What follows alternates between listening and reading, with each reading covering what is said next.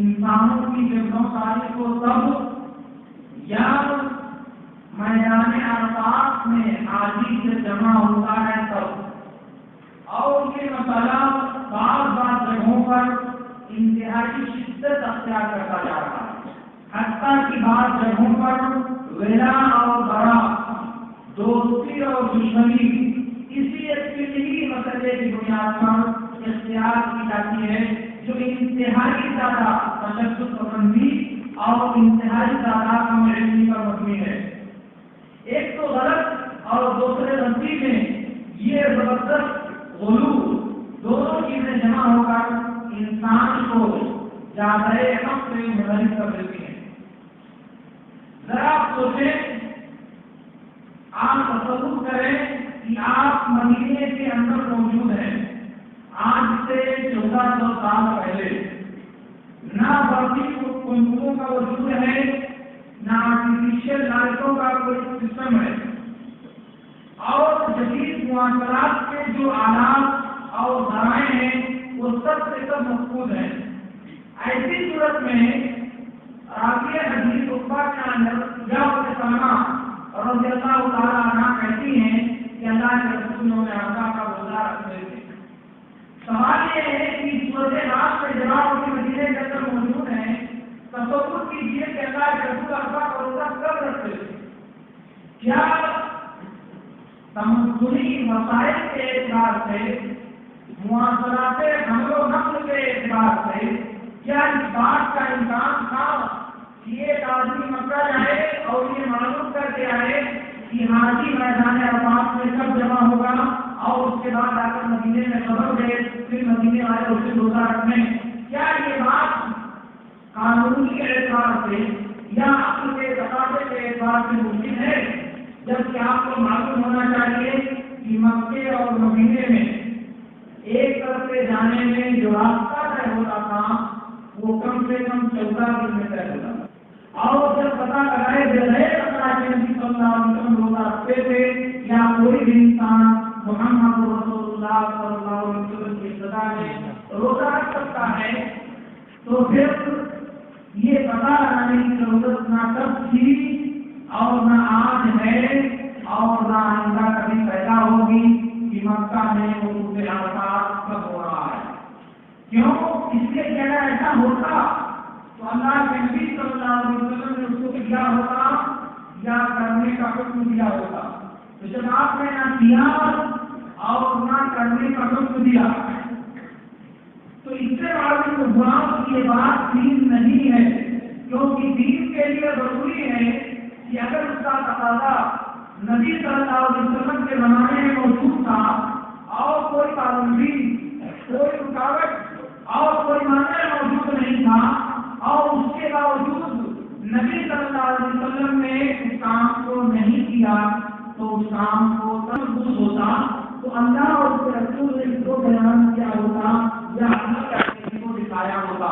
نہ بیان کیا نہ عمل کے ذریعے اس کو دکھایا، تو اس سے معلوم نہیں ہوا کہ یہ معلوم کرنا کہ وقوف عرفہ کب ہو رہا ہے عرفہ کے روزے کے لیے مسلمانوں سے مطلوب نہیں ہے، اور جو بات نبی کی زندگی میں مطلوب نہیں تھی وہ بات کے زمانے میں کبھی بھی مطلوب نہیں ہو سکتی، کیونکہ دین کی جو تکمیل ہوئی ہے وہ تکمیل محمد رسول اللہ صلی اللہ علیہ وسلم کی زندگی میں ہوئی ہے۔ اب تکمیل دین کے بعد دنیا کے اندر کوئی مسئلہ پیدا ہو، کوئی ایجاد رونما ہو، اور کسی بھی ترقی یافتہ سازش کے نتیجے میں کوئی بھی اہم چیز وجود پذیر ہو اور اس کو یہ تصور کیا جائے کہ ہمارے دین کی تکمیل کے لیے، ہمارے دین کی بعض احکام کی تعمیل کے لیے یہ چیز ضروری یا معلوم ہے، تو اس کا سادہ سا مطلب یہ ہے کہ جو دین اللہ رب العالمین نے مکمل کرنے کا اعلان کیا تھا، وہ دین نبی کی زندگی میں پورا نہیں ہوا تھا، کیونکہ اس کی تکمیل اس وقت ہو رہی ہے جب انٹرنیٹ اور ٹی وی کی ایجادات نے دنیا کو ایک گاؤں کی شکل دے دیا ہے۔ اور اگر ایسی بات ہے تو پھر اللہ ہمارا دین اور ہمارے دین کی تکمیل کا جو دعویٰ ہے وہ دونوں ناقص اور ادھورے رہ جائیں گے، اور دنیا کا کوئی مسلمان اس بات کو ماننے کے لیے تیار نہیں ہے۔ ایک بات تو یہ ہوئی. دوسری بات یہ ہے کہ اللہ کے رسول صلی اللہ علیہ وسلم کے زمانے میں جو طریقہ تھا روزہ رکھنے کا، اس طریقے کو جب تلاش کیا جائے تو اس میں دور و نزدیک کہیں سے یہ بات نہیں ملتی کہ اللہ کے نبی صلی اللہ علیہ وسلم نے اپنے صحابہ کو کبھی حکم دیا ہو کہ تم لوگ ذرا معلوم کرو کہ مکہ والے رمضان کا روزہ، عرفہ کا روزہ، عاشورہ کا روزہ کب شروع کرنے جا رہے ہیں. ایسا کوئی حکم اللہ کے نبی صلی اللہ علیہ وسلم کبھی اپنے صحابہ کو نہیں دیتے تھے. اگر یہ بات شریعت میں موجود ہوتی تو اللہ کے نبی نے اپنے صحابہ کو اس بات کا حکم دیا ہوگا، اور پھر صحابہ کے بعد یہ حکم دنیا کے دوسرے انسانوں کو یا نبی صلی اللہ علیہ وسلم کی امتیوں کو منتقل ہوا ہوگا. تو جب آپ نے حکم نہیں کیا تو معلوم ہوا کہ دنیا کے انسان اس حکم کے مخاطب یا اس امر کے مخاطب نہیں ہے. ویسے ایک بات اور سمجھ لیجیے، یہ دین اللہ کے نبی صلی اللہ علیہ وسلم نے ہم انسانوں پر پہنچایا ہے، وہ دین محمد رسول اللہ صلی اللہ علیہ وسلم کا بیان کیا ہوا تو دین ہے، مگر محمد رسول اللہ صلی اللہ علیہ وسلم کا بنایا ہوا دین نہیں ہے. وہ دین اللہ رب العالمین نے آسمان سے اپنے پیغمبر پر نازل کیا ہے. یہ بات قابل تسلیم ہے کہ نبی صلی اللہ علیہ وسلم کو علم نہیں تھا کہ زمانہ ترقی کرے گا، سائنس کی ایجاد ہوگی اور ٹیکنالوجی کے انسان آسمان کی سیر کرے گا. یہ بات قابل تسلیم ہے، مگر یہ بات کبھی بھی تسلیم نہیں ہو سکتی کہ اللہ رب العالمین کو ان چیزوں کا علم نہیں تھا. دین اللہ رب العالمین کا اور مستقبل کے بڑے بڑے کا علم اللہ رب العالمین کی شان اور اس کی صفت ہے. اس کے باوجود اللہ رب العالمین نے اپنے دین میں ان تمام ایجادات کا دین کی تکمیلی مرحلے کے بعد یا دین کے تکمیلی مرحلے کے اندر اس کا کوئی تذکرہ نہیں کیا. تو اس کا کیا مطلب ہو گیا کہ اللہ رب العالمین بھول گیا کرنا؟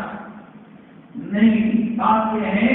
کہ وہ ماتا مربو کا نتیجہ اللہ رب العالمین بھولا نہیں کرتا. اللہ رب العالمین کی شان یہ ہے کہ جس کا حکم دینا ہوتا ہے وہ حکم دیتا ہے، جس سے منع کرتا ہے وہ ہوتا اسے منع کر دیتا ہے، اور جس سے وہ سکوت اختیار کرتا ہے، جس سے منع یا حکم کے دائرے میں داخل نہیں کرتا، وہی اس کی طرف سے معاف اور رخصت ہوا کرتی ہے. الحلال ما حرم الله والحرام ما حرم الله وما سكت عنه فهو أصل.